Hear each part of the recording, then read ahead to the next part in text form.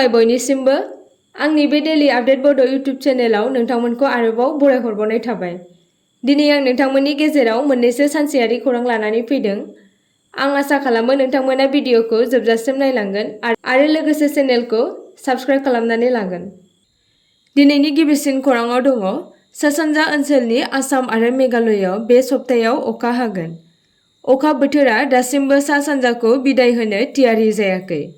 भारतारि बोथोर बिगियान बिफाननि बायदिब्ला 1 अक्ट'निफ्राय 5 अक्ट'सिम आसामाव जोबोद रोजा अखा हानो हागौ।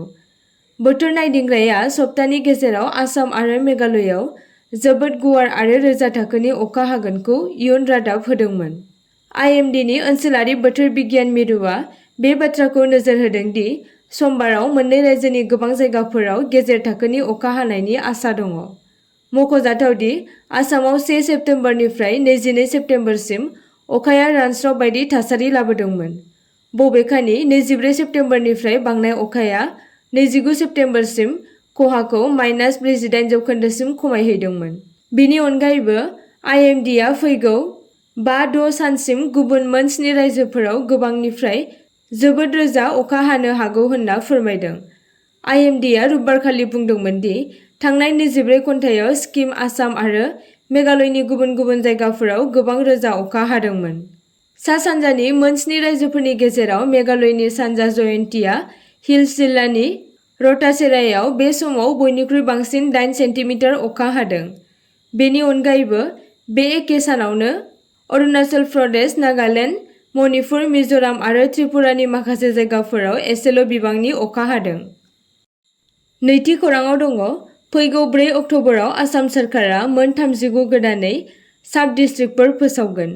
आसाम सोरखारा मावख'आरि महरै आसामाव मोन 39 गोदान दालाय जिल्लाफोर दानो फोसावदों, जाय 4 अक्ट'बर 2024 मायथाइनिफ्राय बाहायजासिगोन। बिनि गुबै थांखिया जाबाय जिल्ला खुंथायनि आखा-फाखाथिखौ बांहोनाय आरो खुंथायखौ सुबुंफोरनि थाखाय खाथियाव लाबोनाय, जायनि थाखाय सुबुंफ्रा गोनां खामानिनि थाखाय खुंथायखौ खाथियाव मोननो हायो। दालाय जिल्लाफोरखौ गावसोरनि गाहाय मावख'जों लोगोसे गाहायाव होनाय बायदि फारिलाइ खालामनाय जादों। धुबरी, बिलासीपारा, गंकास। बङाइगावआव दङ आबायापुरी, कामरुगाव दङ राङिया, नगाव, कालियाबर राहा, बिश्वनाथ, गहपुर बेहाली, लखिमपुर, ढकुवाखाना, धेमाजी, जनाई, तिनिसुकिया, मार्गारिटा, सादिया, दुमडमा, शिबसागर, नाजिरा, डिमौ, जरहाट, तिताबर आरो गुबुन गुबुन जिल्लाफोर। थामथि खौराङाव दङ सोरखारा रायजोनि 68 जौखोन्दोनि बांसिन सुबुं अनजिमानो बेसेन नाङै जाग्रा आदार जगायगोन। रायजो सोरखारा 2.5 कौटिनि बांसिन सुबुंफोरनो बेसेन नाङै जाग्रा आदार जगायनायनि थांखि लादों, जाय सुबुं अनजिमानि 68 जौखोन्दोनि बांसिन। नेशनेल फुड सिकिउरिटि एक्ट 2013 मायथाइनि सिङाव 2,55,89,775 नि थांखि जानाय मुलाम्फा मोनग्राफोरनि साननायजों बे हाबाफारिनि थांखिया सुबुंफोर आरो नखरफोरनि जिउखौ जौगाहोनाय। जानुवारि 2024 मायथाइयाव आसाम सोरखारा 42 लाखनि बांसिन गोदान मुलाम्फा मोनग्राफोरखौ जाफुंसार महरै मुं थिसनदोंमोन। मख'जाथाव दि बेफोरनि गेजेराव 98 जौखोन्दो मुलाम्फा मोनग्राफोरा दानफ्रोमबो बेसेन नाङै जाग्रा आदार मोनो। आसाम सोरखारा गासै 126 बियाबफोराव गोदान मुलाम्फा मोनग्राफोरनि फारिलाइ लानो थाखाय मोनसे गुवार हाबाफारि जागायदों। बे हाबाफारिया NRC बाय'मेट्रिक जायिनि जेंनाजों सोमोन्दो गोनां आदार गैयैनि थाखाय सिगाङाव एरख'जानाय सुबुंफोरखौ नोजोराव लादों। गासिबो गोदानै फारिलाइ खालामजानाय मुलाम्फा मोनग्राफोरखौ गोनांथि नखरारि PHH थाखोआव दाजाबदेरनाय जागोन। ब्रैथि खौराङाव दङ गिबि मन्थ्रिया आत्मनिर्भर आसाम अभियानखौ मैया लन्च खालामबाय। खानापारानि भेटेरिनारि फोथाराव गिबि मन्थ्रिनि आत्मनिर्भर आसाम अभियाननि जागायनाय समाव 25,000 सायख'जानाय लाइमोनफोरनो 75,000 रां राननायजों लोगोसे सोरखारा रायजोआव 2 लाखनिबो बांसिन लाइमोनफोरनो साख्रि आरो फालांगियारि खाबु होनायनि गावनि समायखिराखौ जाफुंहोबाय होनना बुंदों। बिथाङा फोसावदोंमोन दि नैथि खोन्दोआव आरोबाव 75,000 लाइमोनफोरा बे बिथांखिनिफ्राय मुलाम्फा जागोन। CMAAA स्किमनि सिङाव साफ्रोमबो मुलाम्फा मोनग्राफोरा गावसोरनि फालांगियारि मावथांखिफोरखौ हेफाजाब होनो थाखाय गासै 2 लाख रां मोनगोन। मैया सा 25,000 मोनग्राफोरनो 75,000 रां होनाय जादों। बिनि उनाव नबेम्बरसिम सानथामनि फोरोंथाय होनानै उफ्रा 25,000 रांखौ राननाय जागोन। जेब्ला सोरखारनि गिबि रांजों फालांगि खालामना दिन्थियोब्ला आद्रा थानाय 1 लाख रांखौ मुलाम्फा मोनगिरिफोरनो होबावनाय जागोन।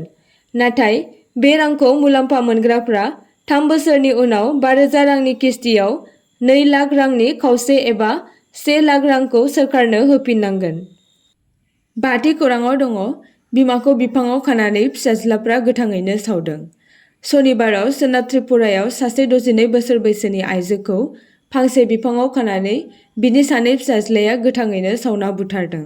जाथायनि सायाव बिथा खालामनानै पुलिसआ बुंदोंमोन दि बिसोरो फिसाज्लाफोरखौ खाबाय आरो सन्देह खालामदोंमोन दि नखरारि नांलायनाया बे गिख्रंथाव बुथारनायनि जाहोन जानो हागौ होनना। बिथांमोना बुंदोंमोन दि बे जाथाया सनिबारनि मोनायाव सम्पकनगढ़ पुलिस थाना ओनसोलनि खामारबारियाव जादोंमोन। 1 बोसोर सिगां गावनि फिसायखौ खोमानायनि उनाव आइजोआ गावनि 2 फिसाज्लाफोरजों थायोमोन। बिथांजोनि गुबुन फिसाज्लाया आगरतलायाव थायोमोन। सनिबाराव सासे आइजोखौ अर सावनायनि खौरां मोननायनि उनाव पुलिसनि मोनसे हानजाया जाथाय जायगायाव सौहैयो आरो खामनाय गोथै सह'खौ फांसे बिफांजों खाजानाय नुनो मोनो। जिरानियानि महकुमा पुलिस मावख'गिरि कमल कृष्ण कलिया बुंदोंमोन दि जों गोथै सह'खौ पस्टमर्टम आनजादनि थाखाय देहा फाहामसालियाव लांदों। बे जाथायाव लोब्बा थानायनि दायाव बिथांजोनि 2 फिसाज्लाखौ खानाय जादों।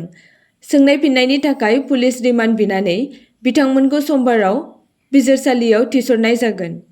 नखरारि नांलायनाया बे जाथायनि जाहोन जानो हागौ बिथाङा बुंदोंमोन। बे आयदानि सायाव नायबिजिरनाया सोलिगासिनो दङ। 6थि खौराङाव दङ हादरनि राजथावनि गोदान दिल्लीयाव बड'लेण्ड फेस्टिभेल खुंगोन।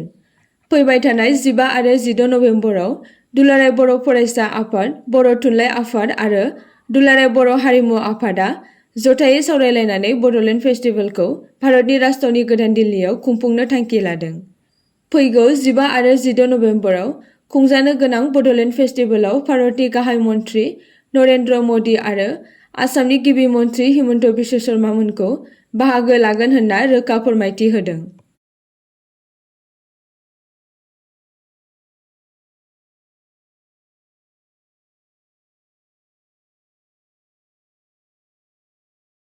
आरो लोगोसे गोदान दिल्लीनिफ्राय जन्तर मन्तरसिम गासै 10 किल'मिटार कालचारेल रेली खालामगोन होनना फोरमायथि होदों।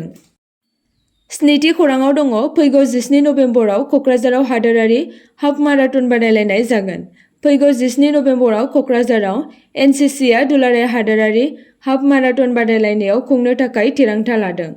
बे माराथनआव गासै सा 3,000 बादायारिफोरखौ खाबु होनाय जागोन आरो बादायारि सुबुंफोरनि थाखाय अनलाइन रेजिस्ट्रेशन खालामनाया जागायबाय आरो बे बादायलायनाया 18 बोसोरनि देरसिन सुबुंफोरखौ खाबु होनाय जागोन आरो बे बादायलायनायखौ हौवासा आरो हिन्जावसाफोरखौ आलादा आलादायै खारहोनाय जागोन। बे बादायलायनायनि थांखिया जाबाय बिटिआर ओनसोलखौ जौगाहोनाय आरो गुबुन हादोरनिफ्राय खारनो फैनाय एबा बाहागो लागिरि सुबुंफोरा जोंनि बिटिआरनि बागै मिथिहोनाय आरो लाइमोनफोरखौ जौगाहोनाय। बे बादायलायनायखौ खुंनो थाखाय मैया बिटिआर सेक्रेटारियेटआव दावबायसा बर'नि दैदेननायाव लकेल अर्गानाइजेशन कमिटि दानायाव फोरमायना होनाय जादों। 8थि खौराङाव दङ एबिभिपिनि बानजायनायाव मेघालयआव खुंनाय इउ कियां नांबा बेस्ट स्टुडेन्ट एवार्ड 2024 आव सिएम प्रमद बर'आ बाहागो लादों। गाहाय खुंगिरि प्रमद बर'आ दिनै मेघालयनि ज'आयाव मोनसे गोनांथार हाबाफारियाव बाहागो लाहैदों। अखिल भारतीय विद्या भारती परिषदनि बानजायनायाव दिनै मेघालयनि ज'आयाव इउ कियां नांबा बेस्ट स्टुडेन्ट एवार्ड 2024 आ खुंफुंजादों। मख'नो गोनांदि 1862 इं मायथाइयाव मैयानि सानाव ब्रिटिश फामुवारि अनागारिनि मोगा-मोगि जानानै गोहोगोरा इउ कियां नांबाया बयनिख्रुइबो बांसिन बावसोमदोंमोन। बे हाबाफारियाव बाहागो लाहैदोंमोन दि बिटिआरनि गाहाय खुंगिरि प्रमद बर' बिथाङा। बे बान्था गथायनाय हाबाफारियाव एबिभिपिनि गुन गोनां लाइमोन फरायसाफोरजों सावरायलायना गोजोननाय फोरमायदों प्रमद बर' बिथाङा। हाबाफारियाव बाहागो लानानै बिथाङा फरायसाफोरखौ इउ कियां नांबा बादि आदर्शफोरखौ आजावनो थाखाय थुलुंगा होदों आरो लोगोसेनो बिसोरनि सोलोंथायारि हाबाफारियाव गोब्राब खामानि मावनो मोनसे बिग सिट सा सानजा दानायनि थाखाय गावसोरखौ बावसोमनो थाखाय खावलायो बिटिआरनि गाहाय खुंगिरि प्रमद बर' बिथाङा। आसा खालामो नोंथांमोना भिडिअखौ नायनानै मोजां मोनगोन आरो चेनेलखौ लाइक आरो साबस्क्राइब खालामनानै लागोन।